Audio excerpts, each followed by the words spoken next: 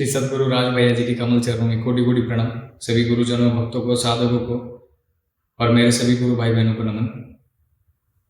मेरा नाम है प्रतीक, पुणे महाराष्ट्र से। और आज इस वीडियो के जरिए हम जानेंगे कि महाशिवरात्रि के दिन हमें क्या करना चाहिए, और उससे पहले ये जानेंगे कि महाशिवरात्रि क्यों मनाई जाती है। तो इस वीडियो को अंत तक जरूर देखना। लोग महाशिवरात्रि के दिन शिव पार्वती के विवाह का महोत्सव मनाते हैं, जो कि बिल्कुल सरासर झूठ है। आज भी आप लोग जहाँ भी देखोगे वहाँ पर सभी जगह पे महाशिवरात्रि के दिन शिव और पार्वती के विवाह का महोत्सव मनाते हैं। बहुत सारे लोगों को पता ही नहीं कि उस दिन का महत्व क्या है, उस दिन की विशेषता क्या है।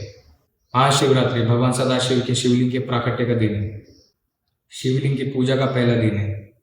लेकिन महादेव के बारे में इतना झूठ फैला रखा है लोगों ने, जहाँ देखो वहाँ पर बस यही चल रहा है, शिव पार्वती का विवाह, जबकि सच्चाई कुछ और है। विवाह तो ऐसे 108 बार हुआ है भोलेनाथ का। कब, कौन सी तिथि, कैसे मनाओगे, कब मनाओगे? इसलिए जो महाशिवरात्रि के दिन शिव और पार्वती का विवाह का महोत्सव बनाते हैं वो बिल्कुल ही गलत है। महाशिवरात्रि के दिन अगर हम कुछ भी नहीं कर पाए, हमें बस मौन रहना है। भगवान महादेव ने माता पार्वती से कहा कि जो भी महाशिवरात्रि के दिन मौन धारण करता है वो ज्ञानी और विद्वान बनते हैं। मौन के देवता है शिव, शांति के देवता है शिव, समाधि के देव भगवान शिव है, ध्यान के देवता भगवान शिव है, तप और योग के भी देवता भगवान शिव है। वही आदि योगी है। महाशिवरात्रि के दिन प्रथम ज्योति स्वरूप में भगवान महादेव प्रकट हुए थे, ज्योति स्वरूप में से लिंग स्वरूप में प्रकट हुए थे। फिर भगवान शिव ने स्वयं भगवान श्री हरि विष्णु और ब्रह्मदेव से कहा, हे ब्रह्मा, हे विष्णु, आज अग्निस्तंभ में से, अग्निलिंग में से मेरे शिवलिंग का प्रकट्य हुआ है। अग्निलिंग में से स्थूल शिवलिंग में प्रकट हुआ हो, तो आज से आप लोग निराकार लिंग की पूजा करोगे। जिस दिन भगवान श्री हरि विष्णु और ब्रह्मदेव ने साथ मिलकर शिवलिंग का पूजन किया था, उसी दिन को महाशिवरात्रि के नाम से मनाया जाता है। आत्म जागृति व कल्याण स्वरूप आत्मा में आत्म विश्रांति पाने का पर्व है महाशिवरात्रि।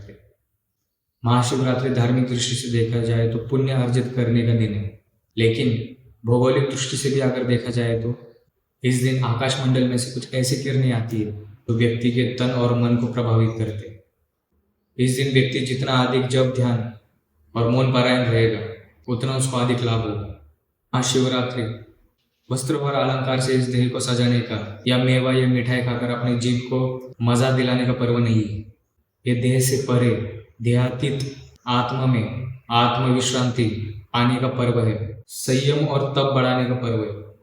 महाशिवरात्रि के दिन अगर महाशिवरात्रि का व्रत ठीक से किया जाए तो अश्वमेध यज्ञ का फल मिलता है।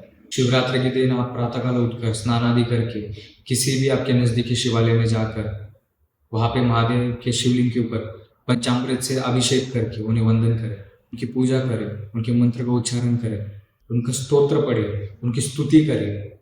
महाशिवरात्रि के दिन आप अपनी यथाशक्ति के द्वारा जितना आपने सामर्थ्य है उस सामर्थ्य के अनुसार 5 ब्राह्मणों को आप भोजन करा सकते हैं।